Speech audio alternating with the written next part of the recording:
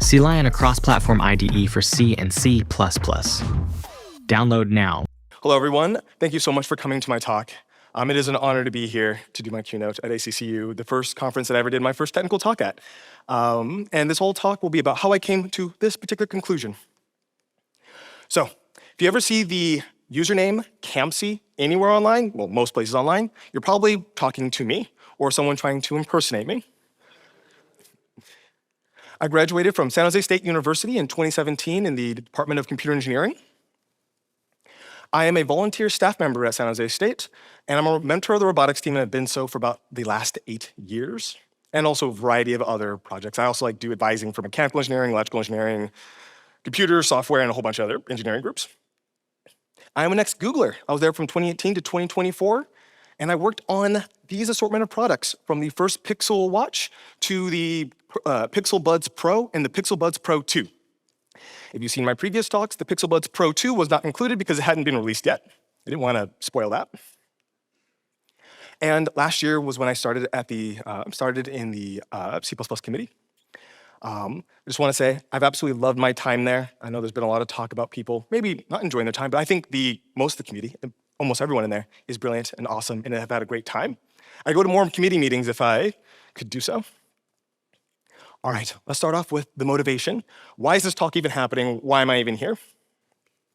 So about 7-ish years ago, I was teaching a course at San Jose State University on the Introduction to Embedded Systems. In this class in particular, I was teaching I2C, if you know what that is. In this course, I had built up a software development kit for my students. It was written in C++. I was trying my best to align myself the most with C++ core guidelines. And here you can see the development board that I developed for my students and manufactured so they could develop all their stuff. Now, a couple of things about embedded systems for those who don't know. There is no operating system. You are just writing bare code and you load it straight onto the device. So there's no fopen, there's no networking, no printf, unless you make one yourself. There's no clocks and no threads. All of this you'd have to develop on your own using the information and stuff within the CPU. There's also other things you need to keep in mind when you're working in embedded systems, which is the amount of memory that they have. So if you look at the storage, which is the amount of memory you could have for things like strings, your actual code, read-only memory. If you were to look up devices with greater than 1 megabyte of memory, you'd find about 4,000 of them, or 5,000 of them. If you look at devices that have less than a megabyte, then you'd find about 33,000 of them. So code size is really important in embedded systems.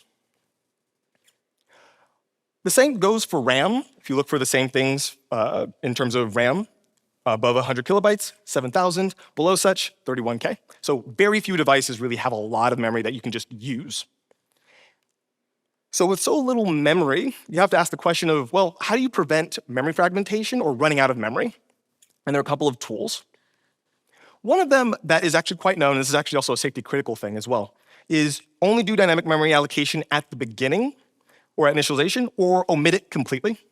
So you don't get anything like new, free, malloc, calloc, realloc, or delete. You usually don't use these after a certain point in your program. But because of this, you also can't use things such as standard string, unique pointer, vector, unordered maps, those things. Now, technically, unique pointer you can use as long as you use it at the beginning. String, kind of, you probably don't want to manipulate the string. If it has to reallocate at runtime after initialization, you might be in some problems, might have some problems. So because of all these things, usually when you ask the question of why don't firmware developers use C++ exceptions, well, there's a whole map of things that come into play. So between space and time, there are a variety of things. For example, people will say that, well, exceptions require malloc. And because it requires malloc, and it will happen after initialization, no go. It has unbounded memory usage, also problematic. I've also heard individuals, and maybe not the people in here, but people have told me if you use exceptions, it brings in the entire STL, everything, every single bit of it. You also require runtime type information and the additional code bloat that comes from the exception tables and the actual exception unwinding code. As for time, I've heard time and time again that exceptions are non-deterministic. This comes from 2 areas. One that is dynamic cast. I've heard people say that dynamic cast is undeterministic or not deterministic. And there's another extra one, which has actually already been solved in GCC. I'm so happy about that. I was afraid I'd have to do that work. Luckily, some brilliant person went out and did the work themselves. But that last one I'll keep as a secret. just because this one goes into my performance stock, which will be, I forgot to say this at the beginning, I'm so sorry. This is part of a trilogy. This is part 1 of 3 parts. This part's space, next one is time, and the last one is called insight. Lastly, it's slow. I've heard, there's actually been a document submitted to the ISO committee group about how exceptions can be 1,000 times slower than bubbling up an error using return types, or using returns or out parameters. And this can come from a variety of things, such as binary search. This can come from frame unwinding, and it could also come from just the frame evaluation. So all these different parts make it very expensive to use exceptions, especially in the embedded field. Let's kind of roll back to class and talk about what we had to do in class. So in this class, I built out a set of interfaces for the variety of different things that someone in embedded systems would have to deal with. Let's have a little picture of what a microcontroller looks like, and let's talk about one particular item, which is called the output pin. So these little metal pieces coming out of this plastic box. This plastic box is your microcontroller. It contains your RAM, your flash, everything you need to basically operate. And the little metal things coming out the side are your pins. You could use such pins in order to turn on and off an LED. So if you put the pin to a low voltage, like 0 volts, well, there's no potential between this point and this point, no current flows. You put it up to a high voltage, you now have a potential between this point and this point, current can flow through, turn on the LED. You can blink LEDs this way. So a very simple, basic interface for such a thing would be, all right, well, if I'm gonna make a output pin that can control levels, and I only have 2 levels, I'll give it a level function and a bool for true and false. Simple enough. But then I had to consider, is returning void acceptable for this interface? And at first I was like, yeah, it's just turning on and off a pin, shouldn't be a problem. What could go wrong there? We're gonna do a quick detour, we're gonna bring it right back. I'm gonna talk about I²C. Don't worry, we're not gonna go too deep into the weeds, but I just wanna talk about this because it'll relate. So in I²C, this is a communication protocol that you can use to communicate to a variety of things, sensors, devices, a whole bunch of different things. It uses 2 of these metal pins, one that is a clock line and one that is a data line. The clock line qualifies when to read and sample the data line. We're not gonna go into the timing diagram for this, but we are gonna talk about how the protocol works at a high level. So when a controller wants to talk to any one of the devices on the bus, it will create a start signal. This basically alerts all the devices on the bus saying, hey, I'm ready to talk to you. Next, there will be an address, it'll be about 7 bits, and a read and write signal to tell the device I either want to write or read from you or write to you. After which, if that device sees its address and it can handle that read or write operation, it will acknowledge. After acknowledgement, the controller, if it's a write operation, can write a byte, then get an acknowledgement from the device saying, hey, I received your byte, write another byte, so on and so forth, until either device says, I'm done accepting your data, and then you can send a stop. For read, same thing, except the device will write onto the bus, and then the controller will acknowledge. Now, with this very simple interface, we can have 2 very common types of issues. One is address, not acknowledge. For example, let's imagine we have a quadcopter, and we have some sort of stabilization unit, and we've been talking to it, it keeps us stable, and then out of nowhere, it just stops responding. That's a problem. That's a massive problem. You'll follow this guy. Also, if there's any sort of electromagnetic interference around, that could also create I/O errors where the bus gets put into a weird state that it can't understand. So now we're gonna fuse these 2 together, and now I'm gonna say, all right, well, there are these devices out there called I/O expanders. They allow you to communicate over 2 wires in order to get additional pins if you don't have that many, which is a very common thing when you have when you have a small device. So you communicate over I²C, and you're able to control the state of these output pins. And here's where lies the rub. I2C is a fallible API. You can get errors from it, but output pin, as I've written it, is a non-fallible API. So now we're gonna run into an issue where I can't handle this. To kind of illustrate this, here we have some function. We're gonna implement some output pin, the level function, and we're gonna run some API called IO expander level. We pass it in the voltage level we wanna set and the pin that we wanna set to.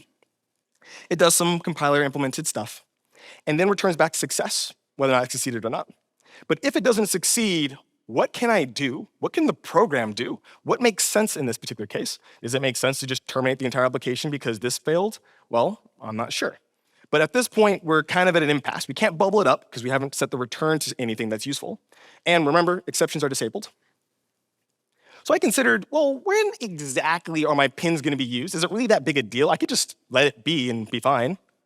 Well, if it's for an LED, that could or could not be a big issue. Like if one of the light signs here went out, the other ones are fine, that's not a big deal. Although if it's for like your check engine light, that might be a problem. For a heating element, that could burn down someone's house if that isn't working appropriately. And if there's any sort of class named emergency cutoff relay, I would think it'd be very important to know that something went wrong with the thing that controls that thing. So at that point, I realized, okay, we have to do something. So I changed all of my output pins, all my APIs, to use stood expected. And the status one here just takes void for its value type. And it would be T and my error type T. For those who have never used stood expected, the way that it works is that you can think of it like a union of types, a tag unit, or if you use Rust, an enumeration. Or actually in Rust, it's just called stood result. So if you know that one, you know about that. So the idea here is, let's say we have some function called get version.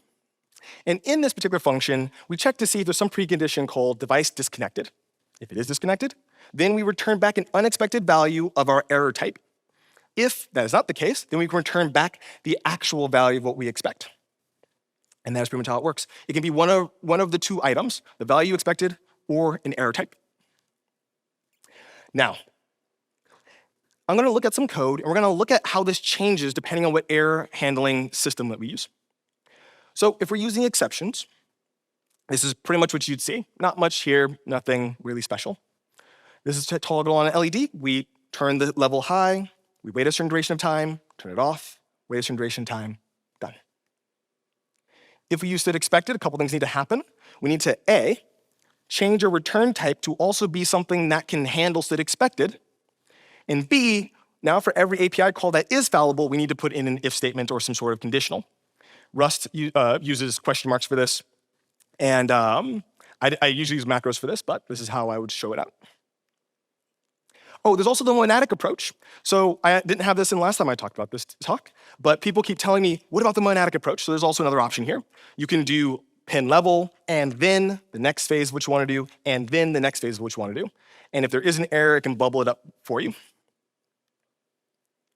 Now, there's this really cool paper called P2561R1. It is called the error propagator, and the idea was to introduce something like Rust's question mark operator, which basically does automatic error propagation for you.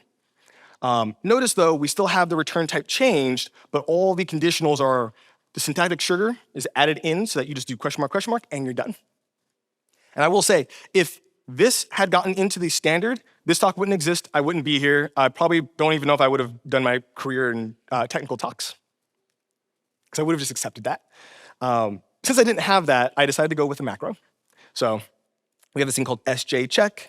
It basically uses the GNU statement expression, so it can also return back values out of the macro. And it honestly works pretty well.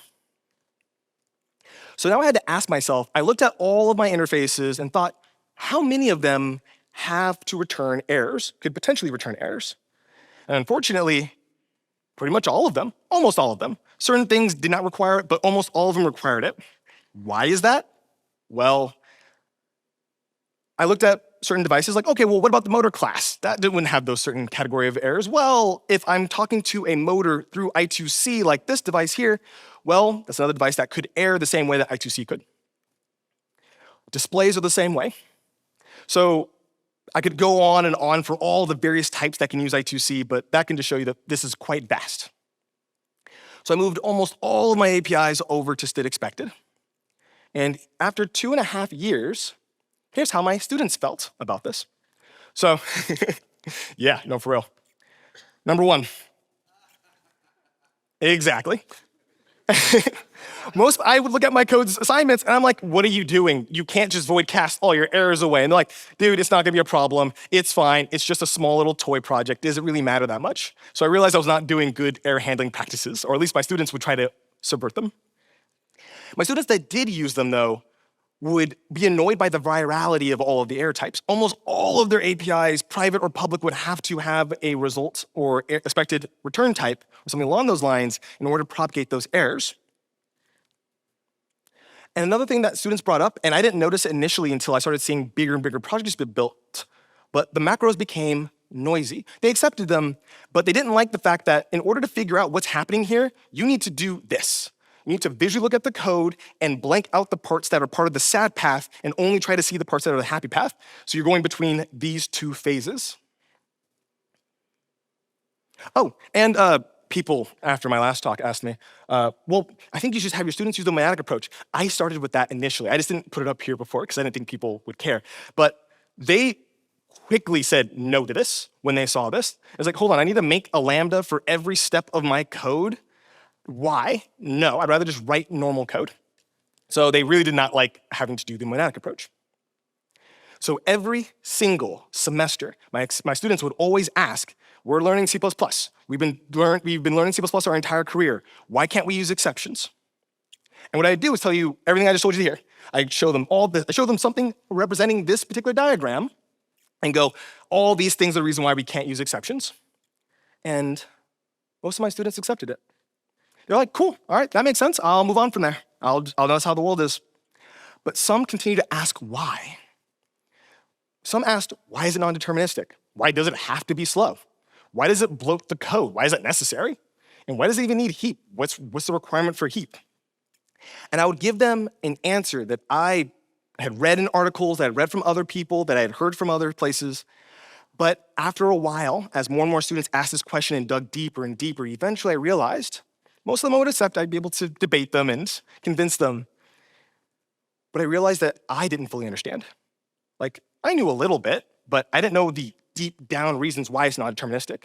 I didn't understand really where all the bloat came from. I just knew that's what I was told. And after that point, I realized I couldn't accept that, and that I needed to actually be able to give them a true and full answer.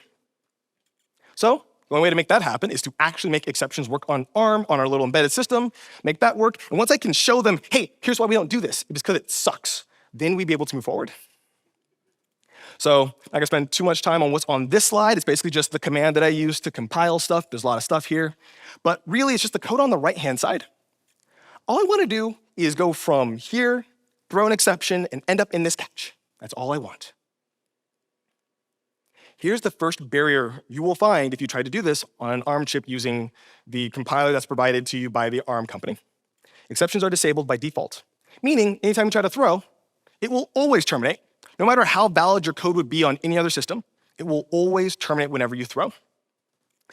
Basically, terminate becomes an abort call. Oh, and a side note, even if you enable exceptions, it still doesn't do it. Like, it just does not work. So my first thing I had to do was break this barrier. Could I figure out a way to make exceptions work on ARM? And it's a bit of a long process. Basically, you download the compiler, you read the instructions on how to, from the release notes, on how to compile the compiler. You find the line in the script that says F no exceptions, you change it to F exceptions. Then you have to add this function called set break. This is a new libc API, which provides memory to malloc. So malloc doesn't know where memory is, you have to give it to malloc. So this API is called to do that. And once you've done all of that work, it'll work. And because my computer was a potato, it took around about like 4 or 5 hours to compile on my machine, but eventually I was able to make a binary that was able to compile and get exceptions to work. Fantastic. But there's another problem. Now my binary size is really large now. It went from about 2.6K to 150,000 bytes. My device, the one that I showed you in the beginning, only has a half a megabyte of memory. So this would basically use up a third of my memory just so I could throw and catch exceptions? No. If this is gonna be the way that life's gonna be with this, I won't use it. But I thought to myself, okay, here's the point where I can find out where the bloat is. And now we're gonna try to see if I can eliminate it. So as an embedded developer and as a computer engineer, my first thought is let's look at the binary, let's look at the assembly and see what it has to tell us. So I'm searching through the assembly and I start seeing things that don't make any sense. I'm looking for anything that didn't match the main and the start that I had. What's the extra code being added into my code that I don't want? So you search through and you're like, global string callback adapter. I'm not using strings. There's not even a char star anywhere in my code. What's this doing here? Append and num? An sprintf call? What? I'm not using any of that stuff in my code. And then eventually I take the function calls and go up and up the stack manually until eventually I see this. GNU CXX verbose terminate handler. And I'm like, what is this? What does that even mean? Then I'm like, oh, yes, I understand. And I bet people here might have an idea of what this is. I bet everyone's kind of seen this before, right? Terminate called after throwing an instance of my error, program terminated with sig_fault. That bloat comes from the terminate operator, the terminate function, trying to print out a message about my exception that failed. Note, that had no standard output into the code, so it wouldn't be able to go anywhere. So what can we do? Well, in 5 easy lines, you can fix this. It's a bit cryptic, but basically, you need to override the default terminate handler. It is a weak symbol. And if you don't know what a weak symbol is, it is a symbol in your program that, if there isn't another definition of that same exact symbol, will be put into your program. So I can override it by just defining my own version. And by doing that, I saved 91% of my binary. Went right down to 13%. At this point, I can accept exceptions. If it's only 13K and I have 512K, I'm more than fine. Cool, all right, so binary size code bloat, not really a thing. It's really the terminate handler and the use of IO streams and stuff like that that's really killing me. Barrier number 3, the usage of dynamic memory allocation. Now here, there's still that need, but I wanted to figure out a way that I could at least pre-allocate that memory without needing to utilize malloc. So I looked at what a throw expression looked like. I didn't spend too much time trying to figure out how it works, and we'll go into detail about this pretty soon. But I see this thing called CXA allocate exception. I think to myself, is that also a weak symbol? Turns out it is. So I can overwrite it and just make my own. So I'll make my own allocate exception. I'll make my own free exception. Don't worry about the details here. We'll go into that later on. And after all of this, there's one other item that hadn't peeked itself out yet, but I knew I had to do something about. And that is the specter of RTTI. I knew that right now my program is very small. Therefore, the amount of RTTI I have to deal with, runtime type information for all of my types, is going to be tiny. But as my project grows and I add abstractions and I add more classes and stuff like that, this will begin to blow up. The scaling issue. So before I build up my architecture on top of this, I need to know if there's a way to fix this. So we're going to figure out if disabling RTTI is even possible, if that would even work for this. So here we're going to have a bit of an interactive portion to put that away so I don't accidentally touch it and go to the next slide. All right, so here it is. I want you guys to read through this. All right, so here's our action. We're going to replace FRTTI in our command line, and we're going to replace it with FNoRTTI. Remember, C++ exceptions require RTTI to work. So if we disable it, it'll be one of these 3 options. Number 1, compiler tells you that you cannot use exceptions with RTTI disabled. So imagine you put it in, and the compiler's like, oh, sorry, these 2 commands or flags conflict with each other. Happens all the time. Number 2, compiler strips all RTTI information not involved with exception handling. And number 3, the compiler is silent. It removes the RTTI information, but now throwing anything becomes UB. So I'm going to ask for a set of hands. Who believes that it's number 1? Okay. Who believes it's number 2? Okay. So I just want to make sure for anyone who's online, I got 1 person for number 1, and I had around like 8 people for number 2. Who thinks it's number 3? And it is the rest of the room. This is disappointing, just not for you guys, but I feel like everyone always assumes that if C++ has the opportunity to have UB, that they will always choose UB. You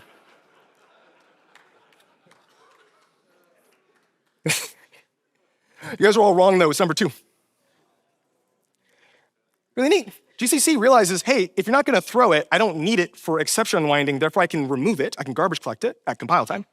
So after this, I was able to verify that, okay, the scaling for RTTI only scales with the number of things that I throw, not all the classes I have in my program.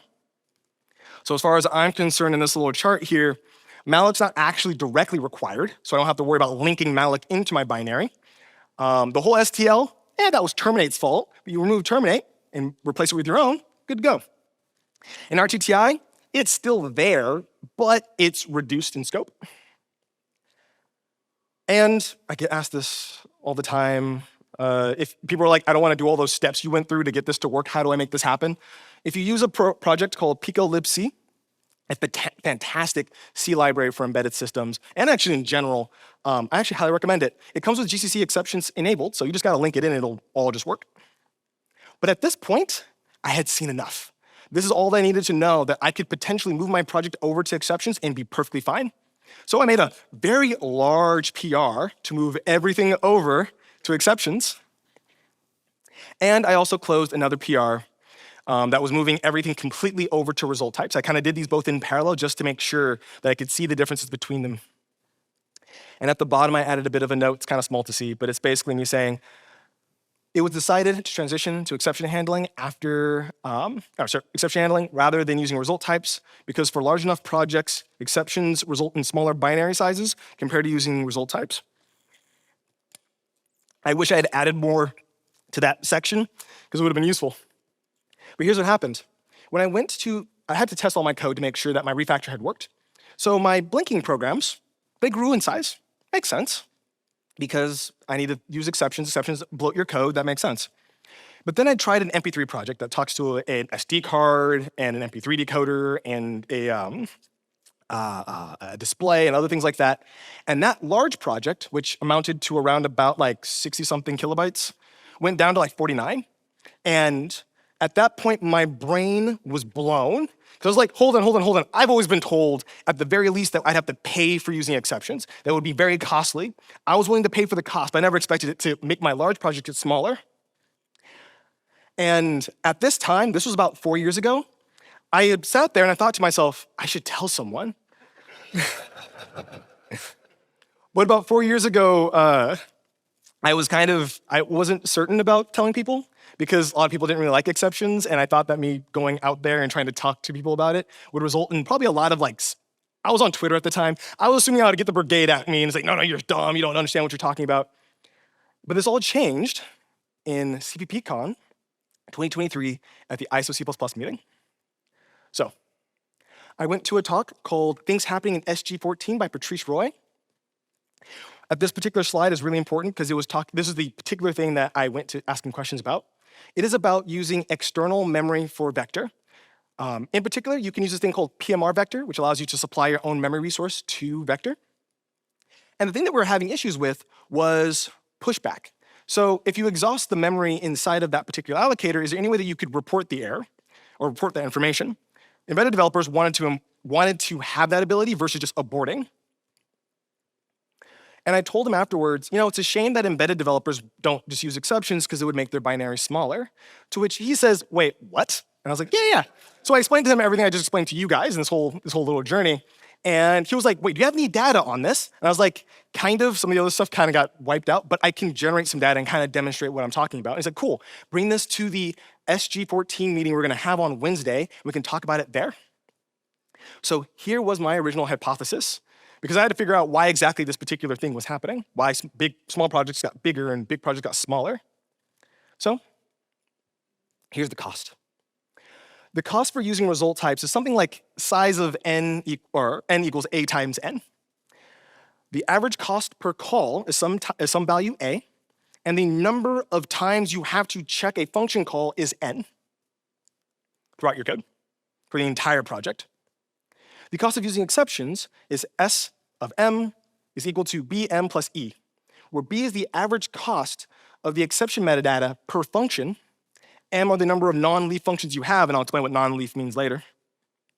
And then e is the cost for exception machinery, since there's only one bit of code that has to do all of the unwinding for you. I know this is grossly simplified, but this is kind of the idea.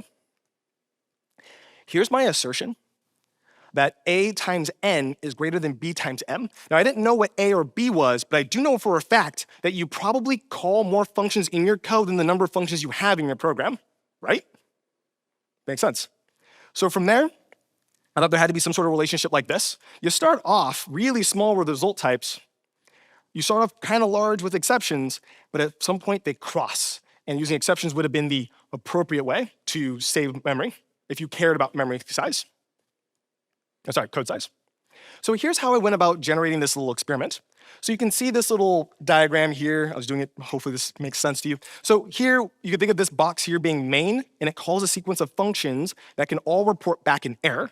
So you could think about hitting this point here, and then an exception being thrown and bubbled up to main where a try-catch exists.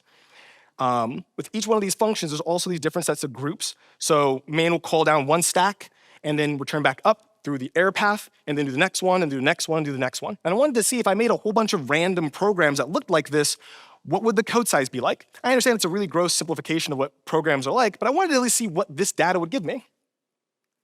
So we would create a set of files that are isomorphic to each other.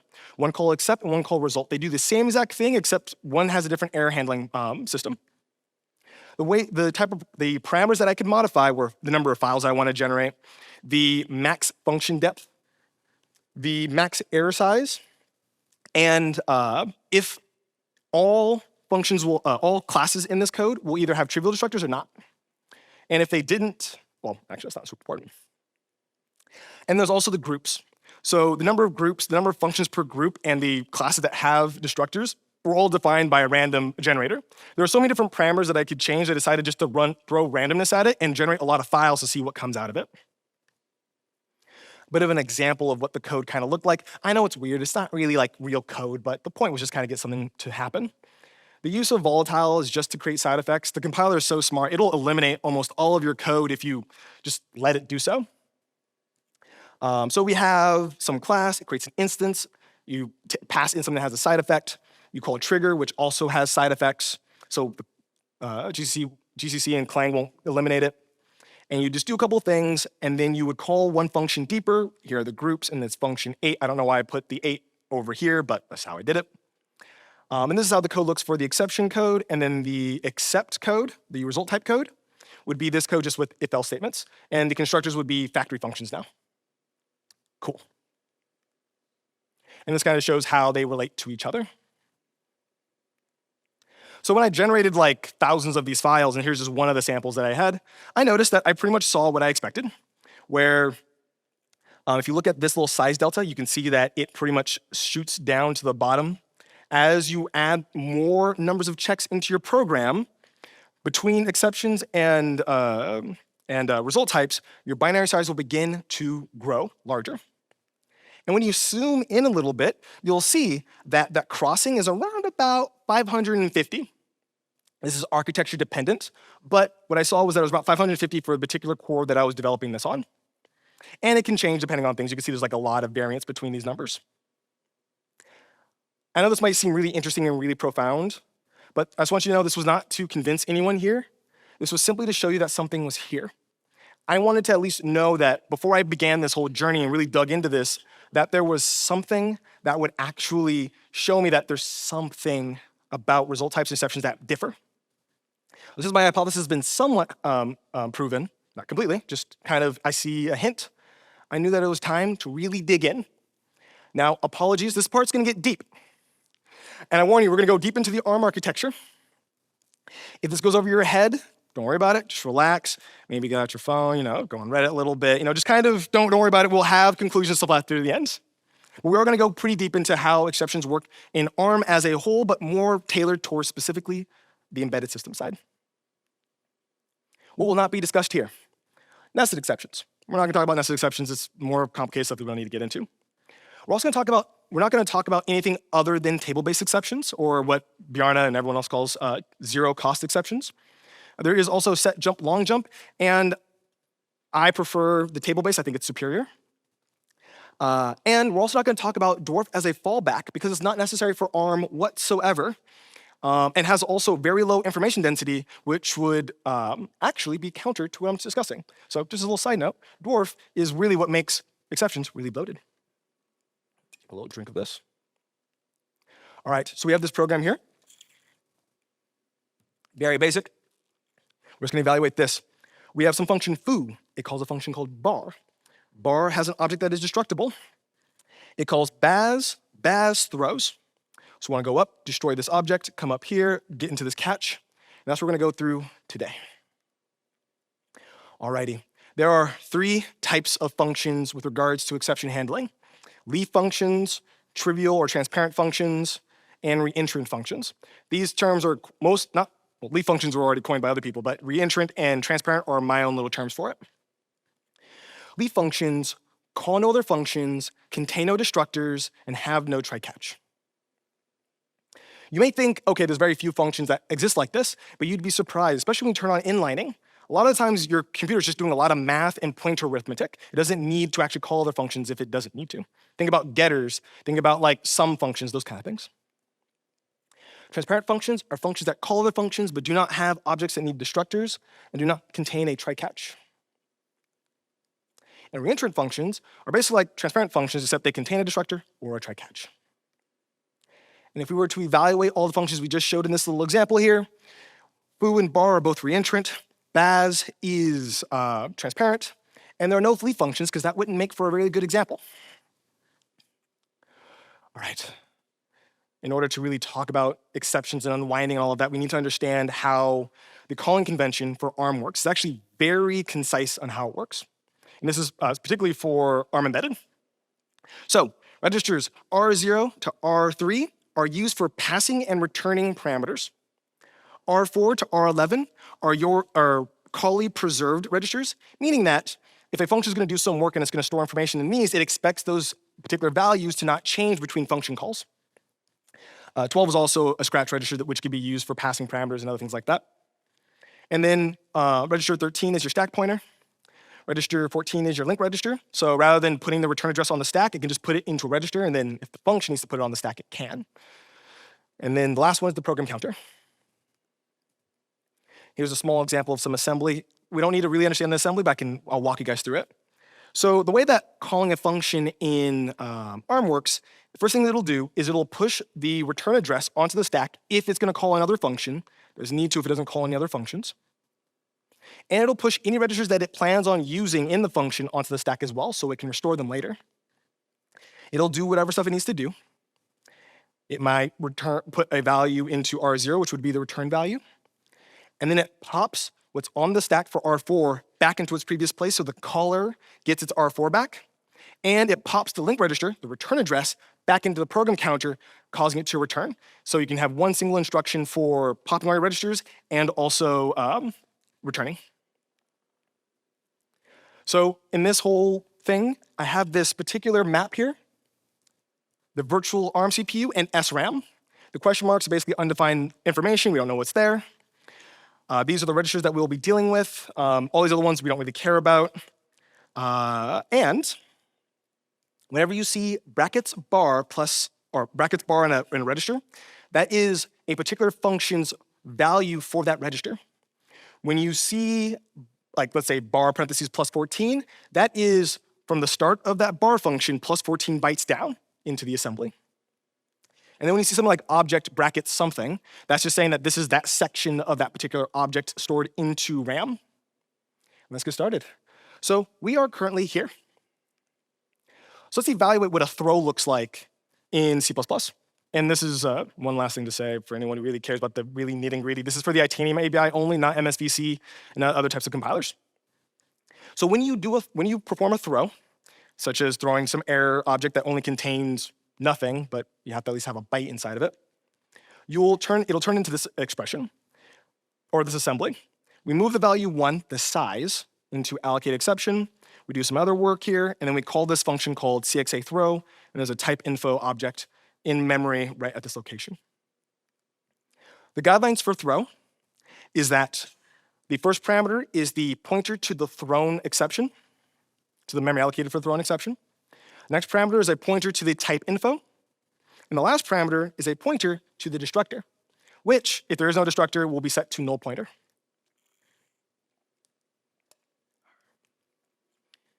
The way that cxa allocate works is that it takes the size of the object you want to throw, and it over-allocates the amount of memory that it needs. It does this in order to create space for this thing called the exception header, which is all of the run type information that you need in order to allow the propagation to work appropriately. The kind of things that will be held inside of the exception header are a virtual version of the CPU, which we can see here, like we basically have a value for each one of the registers.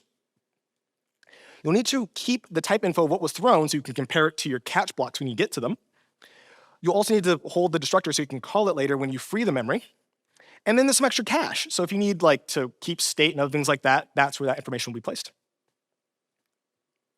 Now you may wonder, well, why not just call malloc? Why do we need this extra API to make this whole thing work? For two very awesome reasons. Number one, ABI compatibility, and number two, flexibility. So when it comes to ABI compatibility, if the exception header at any point in the future needs to grow between GCC versions or Clang versions, that you can over-allocate even more memory. Whereas if you use malloc, now let's say you had 128 bytes for your exception header, and your object you threw is a byte, and you add another word to it. If you attempt to allocate less memory than you need, now you're going to have issues. You're going to be accessing potentially undefined memory, or basically memory outside of bounds. Also, the better and I think really cool capability of this is that it only needs one allocation. Why allocate twice? If you use malloc beforehand, you still need to allocate the exception header as well. So you'd have to allocate your exception object, pass it into throw, then you'd allocate your exception header and kind of connect them together so that the exception header knows how to find and locate the other thrown object. Yeah, that's why we don't use malloc. So here's a demonstration of what CXA throw would look like under the hood. So the first thing you do is you set the thrown exception into the current exception or the active exception. This is where std current exception will be able to get its value. You'll extract out the exception header. You will assign the type info that you were passed into your type info field, set your destructor to the destructor field. You will capture your CPU and you will unwind at least one step because you don't need to care about unwinding CXA throw that much. You just need to get out of it. Finally, we will, well, there's a small typo, not a big deal. So you'll call raise exception. And right after that, if raise exception fails, it will return. And after that, you call terminate.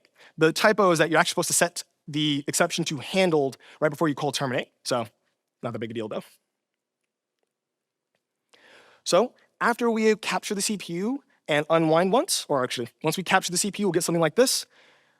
We have our values in the pass parameters. These are undefined, and CXA throw is in our program counter. After we unwind one step, we'll be back at BAS. Now, in order to talk about raise exception, we have to talk about the flow. There's a very simplified flow for exception winding. The first thing you do is you take the program counter that you have, and you then use it to locate the metadata for that particular function that corresponds to you use the PC to find the exception entry for that particular function. We'll talk about what exception entries are in a little bit.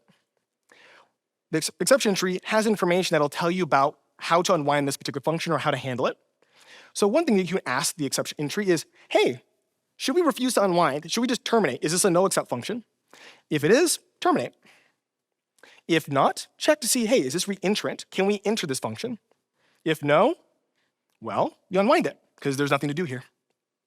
If yes, evaluate the exception metadata and determine if you should actually enter the function. If not, unwind. If so, enter that function's SAD path. Now, there are two ways to exit the SAD path in C++, or in the Itanium ABI. One of them is cleanup end, which basically puts you right back into the flow and keeps you unwinding. This is used for ending, for getting back into the exception flow after you've called destructors. And there's also CXA end catch, which is basically the end of a catch block. Now, I talked about using the program counter in order to find your particular entry. This is how the entries work. So in Itanium ABI, you have this thing called the ARM exception index. Within this index, each one of the fields has 8 bits or 8 bytes. The first 4 bytes is the function address, and the second 4 bytes are an offset to where you can find your metadata.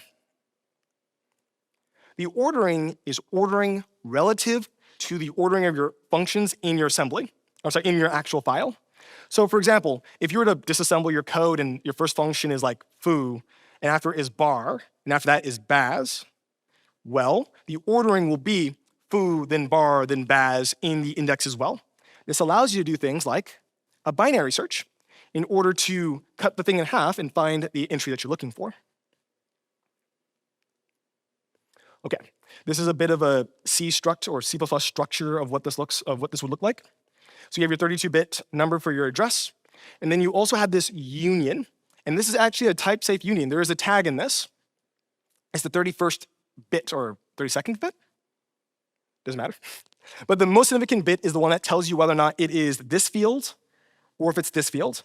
And for now, we're going to talk about what happens when you have the information inlined into the index. So if a particular function is labeled as no except, there are a couple ways to represent it, but in particular, the easiest and most size-compact way is just to exchange the offset value with just the number 1. Number 1 indicates to the runtime, hey, this function can't be unwound, terminate immediately.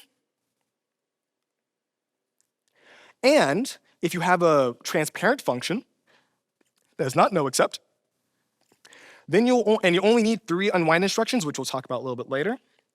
You can inline it directly into the exception index. It saves memory rather than having a pointer to something else. Now, in order to talk about what these instructions mean, we have to actually show you what those instructions are. So here are the ARM unwind instructions. A couple of key things I want to bring up about this is that each one of these instructions is 8 bits in size. And you typically only need 3 of them. They're really compact in the amount of information they can pack into these 8 bits. And the ARM ABI has a hard limit of 7 bytes per function. You cannot write a function in ARM that exceeds 7 bytes of unwind information. It technically breaks the ABI to do so. And yeah, you wouldn't need to. That size of function would be absurd. I also want to bring up one other thing. In ARM, there are around about 2 ISAs or 2 size ISAs. There's thumb and there's ARM 3264. The instructions for ARM 32, or for the ARM 32 and 64, are 32 bits in size. The instructions for thumb, which are the compressed versions of these instructions to be used for embedded systems, they're between 2 bytes, or 16 bits, and 32 bits. The reason why these instructions only need to be 8 bits in size is because, well, your CPU can do so many amazing things. Floating point operations, it can have a 32-bit instruction that can iterate through a list for you. You can do so many impressive things. But unwinding is very simple. You pop your registers and you subtract your stack, and that's pretty much it. So you only need 8 bits of information to encode this information for an epilogue of a function. So we're going to go over a few of these. This one is if the most significant bits are 0 and 0, then the last six bits should be used for this equation. So you take their stack pointer, add it to the representation of these 6 bits, shift it over by 2 plus 4. And that gives you a certain range of values you can subtract the stack by. There's another one for, add to the stack. There's another one for subtract. And there's also this one, which is going to be really important. We use this a lot in this demonstration. If you see the instruction 10100, the last 3 bits, n and n, will be used for this particular range. So for example, if the bits n and n were 001, then you would pop registers R4 to R plus 1, that's 5, so R4 to R5. And that's pretty much how they work. The rest here, I'm not going to go into the details. And there's one last one called finish, which is hex B0. And there's also another unwind, and this is actually necessary, but not super important here. So now we've gone over the unwind instructions and how they're formatted. Let's talk a little bit about that little thing we saw before. It's called the personality data. Why is it called personality? I have no idea, but that's what they call it. The most significant bit for the personality data is an indicator of whether or not it is inline information or if it's an offset. If it's 0, it's an offset. If it's 1, it's personality data. Bits 24 to 27 is the personality index. There are 3 of them, 0, 1, and 2. But extra bits in the event that they want to add more in the future. And in this case, bits 16 to 23, and so on and so forth, are your instructions is 1, 2, and 3 to unwind the function. There's also long unwind instructions. There's these things called 16 and 32-bit scopes. This is for the native ARM unwind stuff. We're not going to worry about that here because it's not important. GCC won't ever emit those things, so it's not really that important. But here, if you have a function that requires a long unwind, we get an extra word length. And because I just told you that the maximum is 7, the length can only be 1 or 2, which upsets me so much because the cost of this is 12 bytes if you ever have 7 instructions, whereas if they had just removed the length, this would have been 8 bytes flat. But hey. All right, so imagine that we did a binary search, we went through, we found BAS, we found its entry, now we're going to inspect it. Well, like I said, this function is transparent, therefore, and it's small, therefore it has inline exception unwind information. So we're going to evaluate it. And when you see this little block being a dark orange color, that means that this is where the stack pointer is currently pointing. So we're going to do some evaluation. Hex 80, so bit 1 is, the most significant bit is a 1, so this is personality data. The personality type is 0, so it's short. The first instruction is 10101. So this means pop R4 to this range, and also pop the link register as well. And our range is 0, so just pop R4 and then the link register, and that's about it. And the last two instructions are B0 and B0, indicating that we should finish. So after we evaluate these expressions or these instructions, you can see that the stack pointer had moved up to this point. This has been updated with the value of bar R4, and the link register and program counter have been updated. All right, so we do another binary search. We look for BAS. We find, we go from BAS to bar. From there, we find bar, and this one is reentrant. Therefore, we can't do our same trick. We have to go a little deeper into how this works. So now we are here. Our job is to call bar's destructor. Okay. So usually it depends on how your linker's set up, but usually would butt up your exception index right next to your exception data.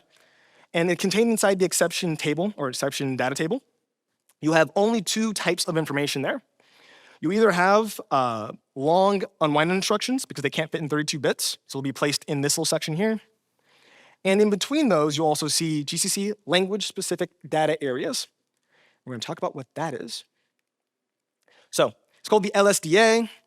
So it basically stands for language-specific data area, and it's included by the Itanium API in order to support other languages like Java, C#. I've got to include Rust and other things like that. Oh, and I guess I don't know if everyone knows this, but like Rust uses exceptions. That's what panic is. You can choose it to be abort or throw an exception, except you can't choose the type.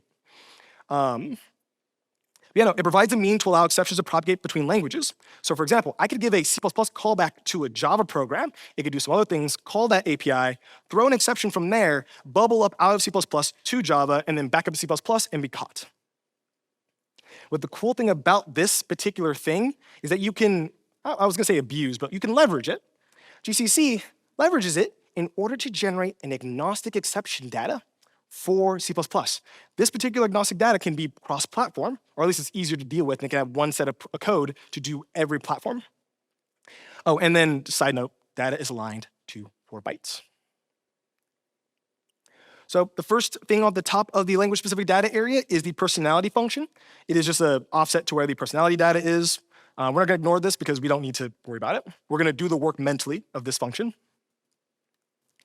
Next up is the personality data. We talked about this before. This is where you put your short or long unwind information. And next up, we'll talk about the header. But before we can talk about the header, we have to talk about the encoding leb128. If you've ever used protobufs or things like that, you've probably worked with variable length encodings. This is very similar. I think actually, Matt, do you know if, actually, I'm not gonna ask. I'm not gonna try. I was trying to remember if protobufs specifically use leb128 or something else, but it doesn't matter. So let's talk about it. In leb128, the idea here is that you may have to represent the distance from offsets from one thing to another, and those offsets can either be very large or very small. But if they're very small, it would make sense if you could use up the least amount of memory to represent small numbers. So what leb128 does is break up your numbers into 8-bit chunks or 7-bit chunks with a flag that tells you if you've hit the end.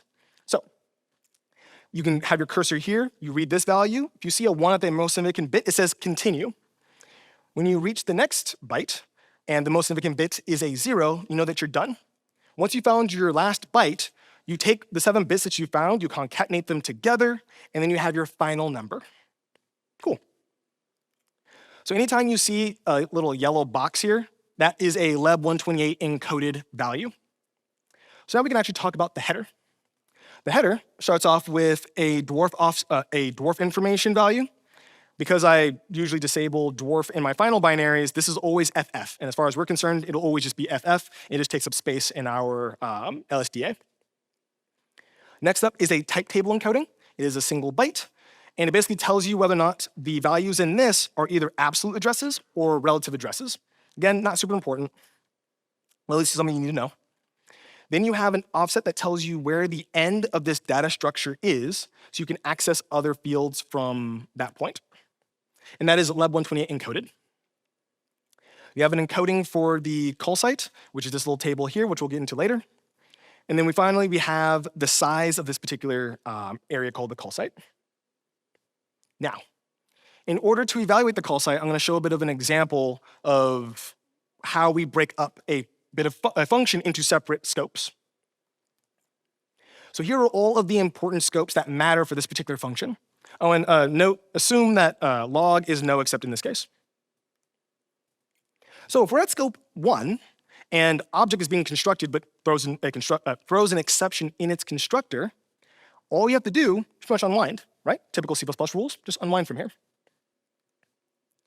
If you're in this block and you got past constructing your lock guard, which you should be able to, and you throw an exception, what you need to do is clean up lock, then clean up object, then unwind. If you're in scope 3, the only automatic object you have at this point is object. So if this particular scope throws, things you have to do is check to see if you fit catch 1, if catch 2 should be caught, and if none of those fit, then you clean up object, and then you unwind. And if you're in this scope, assuming that no exceptions are possibly able to come out of the catch blocks, GCC, or actually your compiler, can just allay that all into one big scope and say, this will never exist, this will never happen. We'll never throw an exception out of this point. We don't have to worry about anything. So no call site needed for this. So the way we'd write this would be something like line 0 to 1 is where one scope is, line 2 to 5 is another scope, and line 6 to 7 is another scope. And in reality, you transform those into assembly instructions. So 0 to 1 is or 0 to 4 is your offset from the start of the function to the next scope, and then so on and so forth. So with that information, you can now look at how the call site is encoded. Basically, it's a sequence of leb128 numbers one by one until you hit the end. So you have a variable length encoded value for the starting point, which is from the top of your function, how many bytes you have to go down before you hit the start of the scope. Then you have the length, which tells you how many bytes afterwards is your range. And if your program counter is within that range, that is your scope. If that is your scope, then that means that this is your landing pad, which tells you where to enter your function if necessary. And you also get a thing called an action record, which tells you how to go from your call site into the action table, which we'll talk about what that means later on. Oh, and for some reason, the action record is always uleb128 encoded, but the other 3 values can be encoded in any one of the various ways it can be encoded. Not sure why they chose that, but that's a thing. And if your action record is equal to 0, it means simply unwind the function. There's nothing else you have to do here. So we check to see if action record is 0, and if so, you basically set up your destination. So here we're actually going to jump into the function. We're going to create a destination by taking the starting address of our function. We're going to add in the offset that is the landing pad. And then because ARM has a particular requirement for this, you need to OR the least significant bit with a 1. You set that to your virtual program counter for your PC. Then you write, probably by hand in assembly, the restore CPU core. Restore the virtual CPU into the actual CPU from that function call. So we're now going to step through what this would be like if you actually were going through each one of these bytes. So we take the bar exception entry, we offset it, we go to its location. The first thing is going to be the offset to the personality function, the unwind instructions for it. And now we have dwarf encoding, which has FF. We have prel31 for our encoding. Doesn't really matter here in this case. We're going to skip over this one because there's no types that we have to deal with. Our call site is encoded using uleb128, and the call site size is 4 bytes. So if our program counter, which we can see here as the number 14, bar plus 14, is between 0 and 0 plus 26 is 26, so we're between 0 and 26, that means this is our scope. So now we're going to take the landing pad, we're going to use that as our destination into the function, and action record 0, therefore, just jump into the function. This will put our program counter in our program directly at this spot where we'll execute this code here.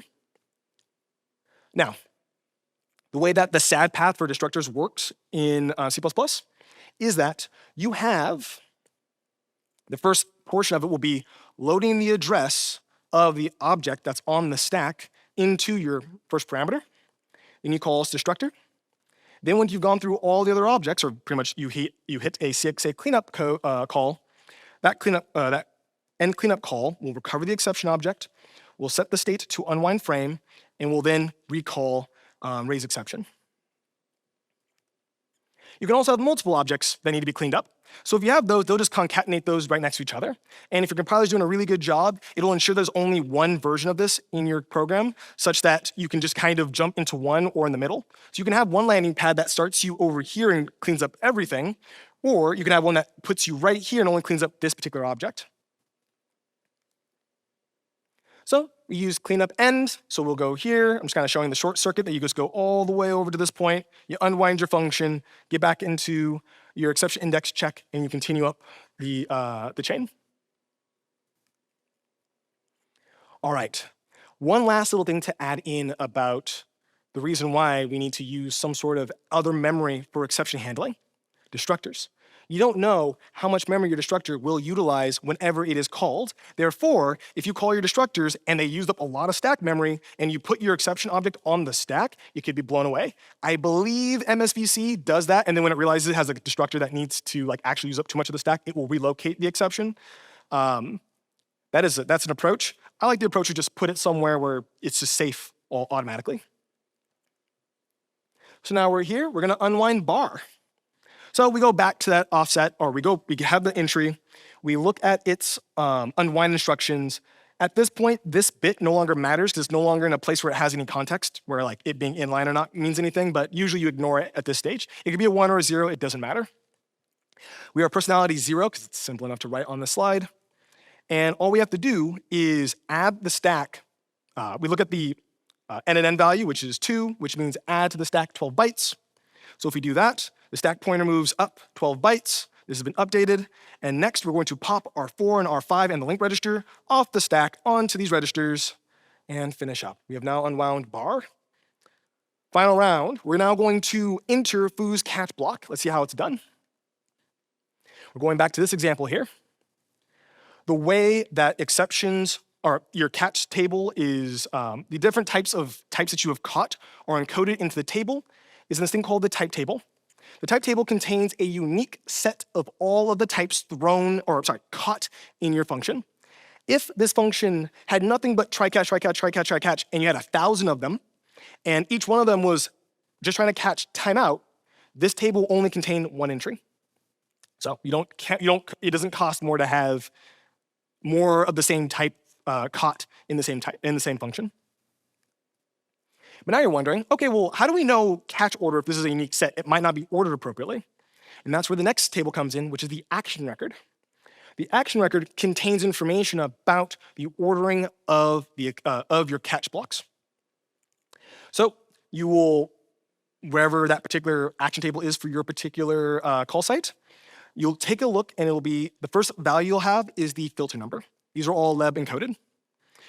The filter number is an index that you use in order to access the values inside the type table. Now, because that value we had was a negative value, you actually access the array negatively. So you take this number, you invert it, and then you access negative into the type table, and you access all your values that way. If that type, and another thing to say about this, I kind of forgot to add this. What you do is you negatively access your array, and then you check the pointer against the thing that was thrown. If the types aren't inherited, you just compare the pointers together, and if they equal, you found your catch type. If they're not equal, then you have not found your catch type. If you have not found your catch type, you go to the next entry. The next record will tell you how many bytes to move your cursor in order to find the next entry. I don't like this particular way to set this up. I find it kind of weird, it's kind of confusing, but that's how they do it. So you check next record or type filter 2. All right, so we're gonna negatively index, type timeout, check it against your thrown type. If they don't equal each other by address, keep going. If your next record is a 0, unwind the frame. And if the filter number is 0, it is catch all. So the way that you find your particular portion of the action table is you use the action record, you add it to your call site end value that you caught back up in the header, and that'll give you the offset into your action table. Once you've found your catch type, you found equality, you found the error that you threw and you're gonna catch it, last steps you have to do, and we're almost done here, is you set R0 equal to the address of the thrown thrown type. You set R1 to the filter number. You set your PC to the landing pad, and then you set up your CPU equal to what your virtual CPU is. So we're going to do this manually. We're going to go through this so everyone who's following along can understand how this works. So we have foo's entry. We're going to evaluate it. Dwarf information is FF. The information here is PREL. Don't worry about that, really, it's not super important. The end of the type table is 13 bytes. Well, let's see. 1, 2, 3, 4, 5, 6, 7, 8, 9, 10, 11, 12, 13. Cool. All right, so it's at the end somewhere here. The call site is uleb128 encoded and has 4 bytes in total. From here, we can look at foo's PC value, which is plus 10. So we're somewhere at the 10th byte in the function. We are between 0 and 12. Fantastic. That's where we need to be. Therefore, this is our landing pad, and this is our action record. We go 1 byte over. We check the filter number. Okay. I remember that we threw error. So all I need to do is check to see if the pointer for the thrown error equals the pointer for the type info error. And if they are, boom, we made it. So they are equal. Everything looks good and great.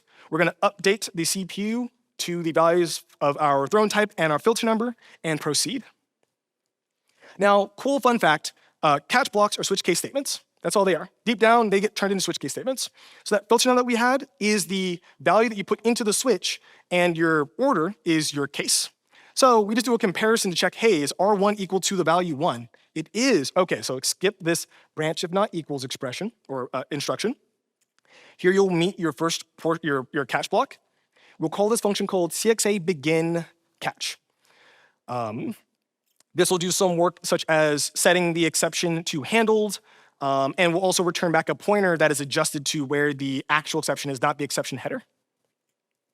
And then finally, after you've done all the work that's inside your catch block, you'll meet up with an API called CXA endCatch. And from there, you'll call the destructor on the object if it has a destructor, and then you'll free the memory of that object, and you're done. So that was the section for how GCC works, or how ARM GCC exceptions work in a nutshell. Okay, now with that, let's start looking at the space size for exceptions. We're gonna make a couple assumptions here. The code is optimized for size, because otherwise this wouldn't make much sense. There are no function sizes less than 16 kilobytes because I looked at Firefox as an example, and there's only 252 functions that actually are above 16 kilobytes and 325,000 that are below, so I think it's kind of rare. And I'm going to assume that no functions have more than 63 destructors or cache blocks, and everything's leb128 encoded.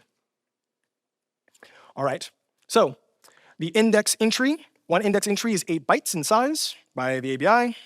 Personality data is 4 bytes. We're going to try to go through this quickly. The long personality data has a maximum of 12 bytes. A cache block. So because it's basically a switch case, you have a comparison, you have a branch, and then you also have this call to CXA begin catch and end catch. The instructions for those expressions are 2 bytes, 2 bytes, 4 bytes, and 4 bytes. Therefore, the maximum cost for each catch you have is 12 bytes. For cleanup regions, it is 6D plus 4, where D is the number of destructors that you have. You need 2 bytes for setting up your first parameter, and you need 4 bytes for calling your destructor. And then there's a final CXA end, which is the 4 bytes here. For the language-specific data area, just to kind of get through this quickly, I chose the number 63 because the numbers here are actually signed leb, which has a maximum number of 63. So if I keep it that small, this can never be any bigger than that. Therefore, the value for filter number will never exceed the number 63. And the next record, because it's always, the information is usually really close by, it'll probably be no different than the number 1. So, or 1 or 3 or something like that. So it only needs 2 bytes, so 2 times the number of action records that you have. And then because these are all pointers and I'm on a 32-bit system, all my type table entries are 4 times or 4 bytes per the number of unique types. All right, for the language-specific data area, start, length, and landing pad can be 1 or 2 bytes. Why only 1 to 2 bytes? Well, I also had another limitation of 14 kilobytes being the max size, and 2 ULEB numbers together is a 2 to the 14 power number, which gives you 16 kilobytes. So, I might have been saying 14 kilobytes before, but maximum number is 16 kilobytes. So because of that, you can either have this be 1, 1, 1, and 1, so 4 bytes, or this can be 2, 2, and 2, and then that's another byte, that's 7. So that's why the call sites can only be between 4 bytes and 7 bytes. And the language and the header, can only really be 5 bytes or 7 bytes. And this goes back to the fact that leb numbers together, that's actually supposed to be 16 kilobytes, sorry about that. But 14 twice, so I realized that was a mistake. But basically, the only way that these numbers would ever be above 14 kilobytes would be if the LSDA was bigger than that, and don't think that's actually possible. I had a slide that actually went into the math of how I deduced it, but it's very long and not worth our time. And then this is just a table of all of the various things we just went over. All right, so we're gonna do some quick examples. I'm gonna just shoot through these real quick because I don't have as much time as I thought I would. Trivial unwindable functions. They are the size of 8 bytes for this particular function. So because there's nothing extra here, there's no destructors we have to call, all you need is the entry number, the entry value to represent unwinding this function, so only 8 bytes. Functions with single destructors will need to include their index entry, their header, personality data, call site, and additional padding, and the cleanup region. All together, that is 34 bytes. For a try-catch block, you have the same type of things we talked about before, 8 bytes for each entry, a header of 5 bytes, we're gonna say minimum size, probably doesn't need to be that big, 4 bytes for the personality. We have 1 destructor scope, 1 catch, 1 unique caught. You add them all together, and you get around about 47 bytes, but 48 bytes with some padding. All right, now that we've talked about exceptions and how big they can be, let's talk about the cost of using result types. All right, so here is the example code we're gonna go over. I have some function that either has no error handling or uses exceptions. The assembly basically looks like this. Call function, call function, call function, add them together. That's all you need to do. Now, if you use instead expected, the code will transform into this because you have to check each one of the fallible functions, assume that all of those functions we had before are fallible. And your code blows up to be about this size. Now, the orange regions are the epilogues of the function. This is the return path, the sad path, or just returning from the function. These can vary in size for a variety of reasons, depending on how you have optimization set up. Therefore, I don't include it in the size calculation, but I'm just gonna look at the size of just each one of the comparisons. So each one of those comparisons that I had cost me about 4 bytes for loading one of the bytes from the object, and then doing a compare and then branch. So about 6 bytes per function call for each one of those that I do. But you may say, okay, well, instead expected is all fancy and special. What if you just return a bool? Gets a little better, goes down to 4 bytes. It's a little smaller. This one's only 2 bytes, but that's because this is a very specific instruction that can only work in very limited spaces. So not really the best example, but the rest are really just 4 bytes as you go down. And you're thinking, okay, well, that's just C and Rust. I'm sorry, that's the C and C++. What about Rust? Rust should be able to do much better because they have special support for all the result types. About the same. Their whole binary, the actual assembly is a lot smaller, but the cost is still about 6 bytes per function call.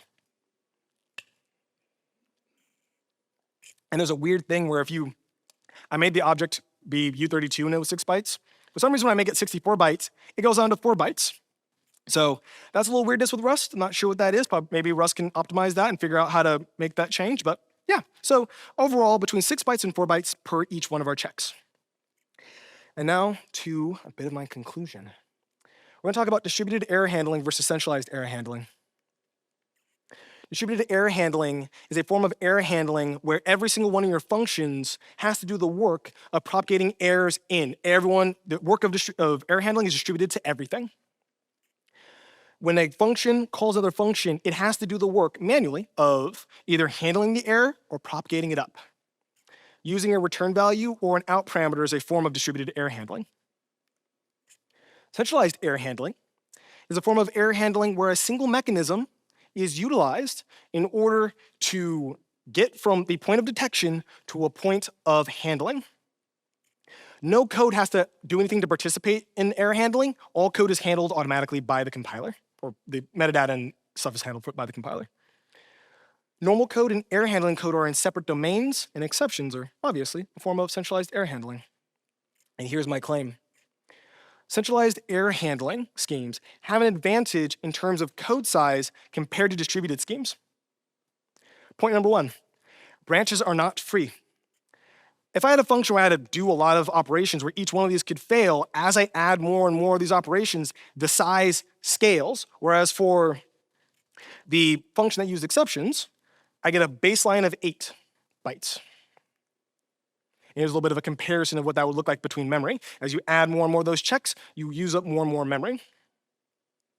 Point number 2, most functions are trivially unwindable. And this is basically just an assessment of mine. I like to think about the kind of code that I have seen around, the kind of code that I write, the code that I read, but I also like to think about the kind of code that actually handles errors versus just propagating them up.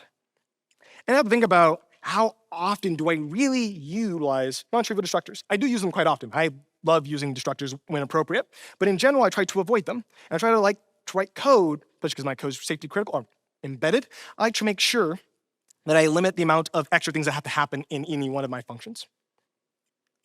So I actually talked to Jason Turner about this. I asked him, hey, are there any good projects in C++ that use exceptions that I could look at? So he said, Audacity, check it out. So I was like, cool, let's check out Audacity. It has 1,054 C++ files, and only 39 of them actually have a catch block. There are 60 triscopes throughout the entire project, and only 69 catch blocks were found in the source code. Out of the 177,000 functions, only 50 of them actually had tried catch blocks. And when I looked at the amount of memory that was used by exceptions for my ARM platform, it was about 15 kilobytes out of a very large project. So with that, let's build up a little example. I'm going to be worse than what was shown there. So 5%. Let's assume that 5% of our functions catch errors, unlike the 0.028% I showed before.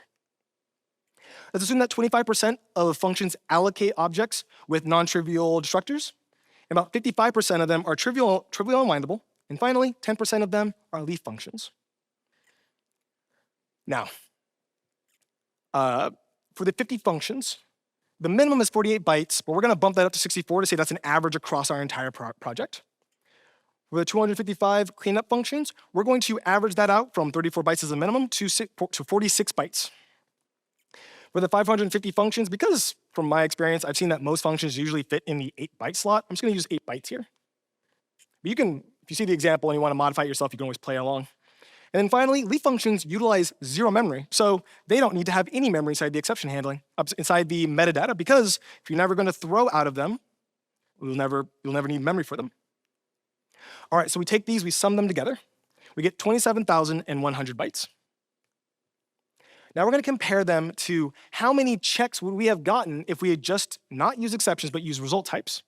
Well, if we assume the cost for each check is 4 bytes, you get 6,775 check function calls across 1,000 functions. Forgot to mention that the whole total here is we have 1,000 functions that we're working with here. That sounds like a pretty big number.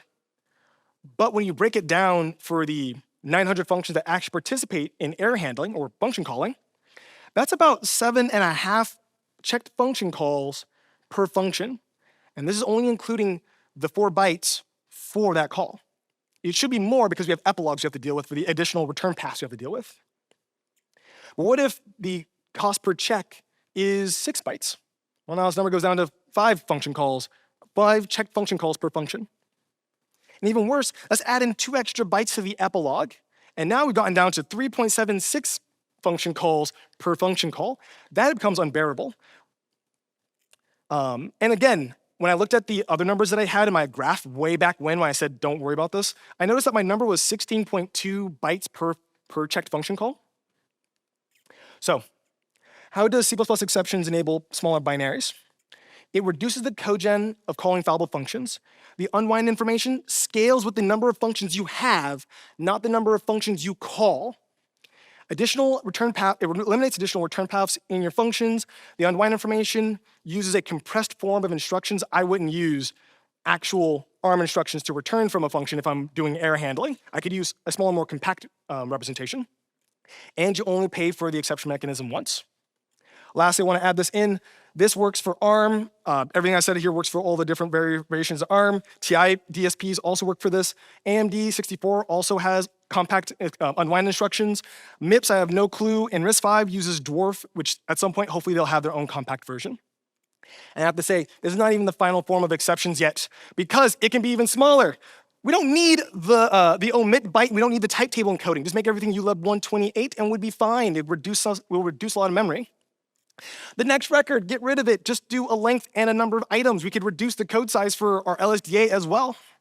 There are so much more optimizations we can make with exceptions. So to me, as far as I'm concerned, what are exceptions? C++ exceptions. A form of code compression. Take all this is from Rust code, and turn it into something like that, plus 8 bytes. So as far as I'm concerned, the exception tables and the exception code do the opposite of bloat your code. They make your code smaller. And I know everyone here is like, what about the sad path? How about that? Well, when I first came here to ACCU, I had actually re-implemented the exception runtime for my embedded systems, and I got 76% improvement on my exception handling. And then at CPCon, I got to 88%. And then now it is 93.4%, and I still have one more optimization. My fiance is working on that one. I don't have much time here, but I just want to go over a few last things, which is, here's a bit of a graph between things. This is all linear for the most part, so you can just linear extrapolate most of this stuff. But GCC is about 21 times worse than returning a state expected 96 frames, whereas mine's 1.42 times slower than just returning and bubbling up a number. But I know everyone here is like, well, this doesn't solve any of our problems. Let's all be honest with ourselves. Exceptions, awfully, they suck. Exceptions suck because you look at a function like this and you have no idea what errors it can propagate. What does foo throw? I don't know, some error. Check the docs. You know the docs are lying to us? Maybe, they might not be. What about for version 1.51? Maybe it is. Then you upgrade, and now you have no idea. To me, this is the ultimate problem of exceptions and why everyone tends to be afraid of them. But I don't think it's impossible to solve this problem. So I have some students working on a project called the Exception Insights tool. We might change it to static analyzer for exceptions called SAFE. So yeah, we're working on a tool that you can give a binary to, and it'll give you all of your thrown types from where they're detected to where they're caught, and also which ones you have missed. I want to give a special thanks to Herb Sutter because his talks are what got me started on this, especially when I was talking about deterministic exceptions. I want to give a bit of a shout out to Bjarne because it was really this paper that actually made me go, you know what, maybe I should do something about this, where you said there's been very little serious research on the topics of performance of exceptions and reliability in resulting C++ code. So to wrap up, if you're interested, don't have to, but if you're interested in supporting me individually, I do have a GitHub sponsorships page. Skip through this real quick. If you are a corporation also want to support, I actually have one corporation who is currently working on donating to my research fund at San Jose State University. Email me at that email. The objective is to research and improve exception performance, size, efficiency, and tooling. Any questions if we have any time left?